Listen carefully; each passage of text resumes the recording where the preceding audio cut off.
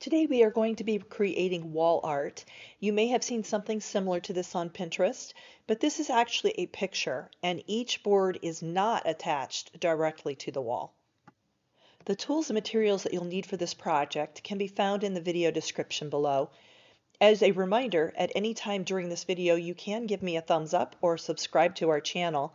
This is really helpful in letting us know if you like the content that we're creating, and of course, you're always invited to leave a comment.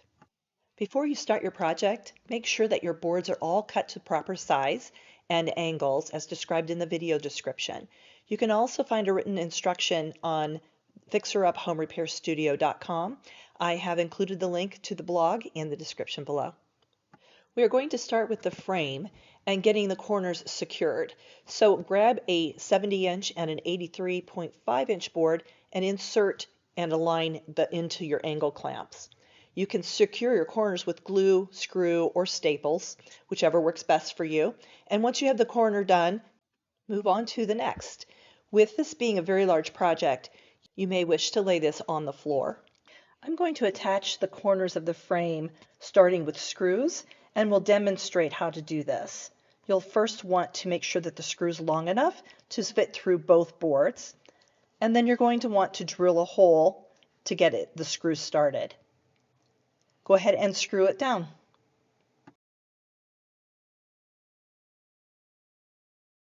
I have just one angle clamp, so I'm going to remove this corner and move it over to the next corner. You'll assemble each corner with the corner clamp to finish the frame. Next, we're going to start building out the interior portion of your wall art, and you're going to want to locate the largest board first. Look for the 96.5-inch board. This board will fit in one corner at the bottom, and it will angle across the picture frame to the opposite side. Next, locate your 24-inch board. This board will fit low against the top side of the 96.5-inch board. You'll have the flat edge against that board, and then you'll have the angled edge against the right side of the frame. The next board that you will attach is the 55.5-inch board. This board has a straight cut on one end, and the opposite end has two 45-degree angles, one on both sides of that end. This will allow it to fit snug in that top right corner. I'm going to use a staple gun to attach my interior boards.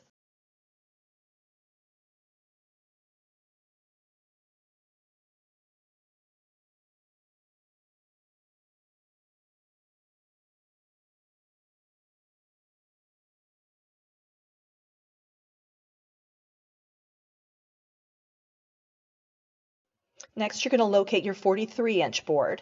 This board has a flat edge on one end, and it has a 45-degree angle on the other. And this board will fit in the bottom left side of your picture. Place the flat edge of your board against the 96.5-inch board and the angle across the left side of your frame. Again, I'm going to use my staple gun to adhere the board to the picture. Let's move on to the 32.5-inch board, and this board is going to attach to your 55.5-inch board on the top side of it and attach to the top of your frame.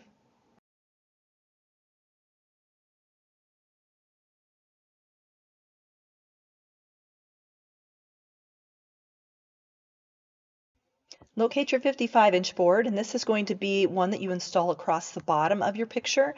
Both of those ends are going to be a 45-degree angle, and one will attach to the 96.5-inch board, and the other one will attach to the 43-inch board.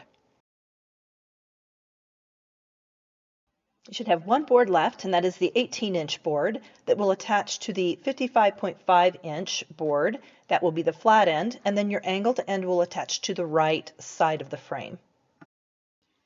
Great, now this design has been completed and is ready to be painted, but keep in mind that if you want to do your own creation, you have the techniques now. You know what you need to do, so sit down and create something on paper and identify what you need to create your project. You're now ready to paint. Make sure that you have a good working area so that you don't get paint on the floor. You may want to put a drop cloth down or raise it up to some sawhorses.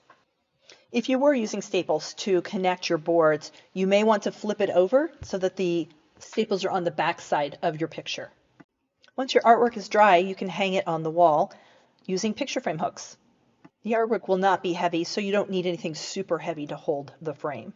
Once securely in place, you can paint the wall behind the frame. You're done. Now, if you wish, you can add some additional artwork to your wall. Thank you so much for joining me today. If you found this video easy to follow and fun, please click the like and subscribe button below.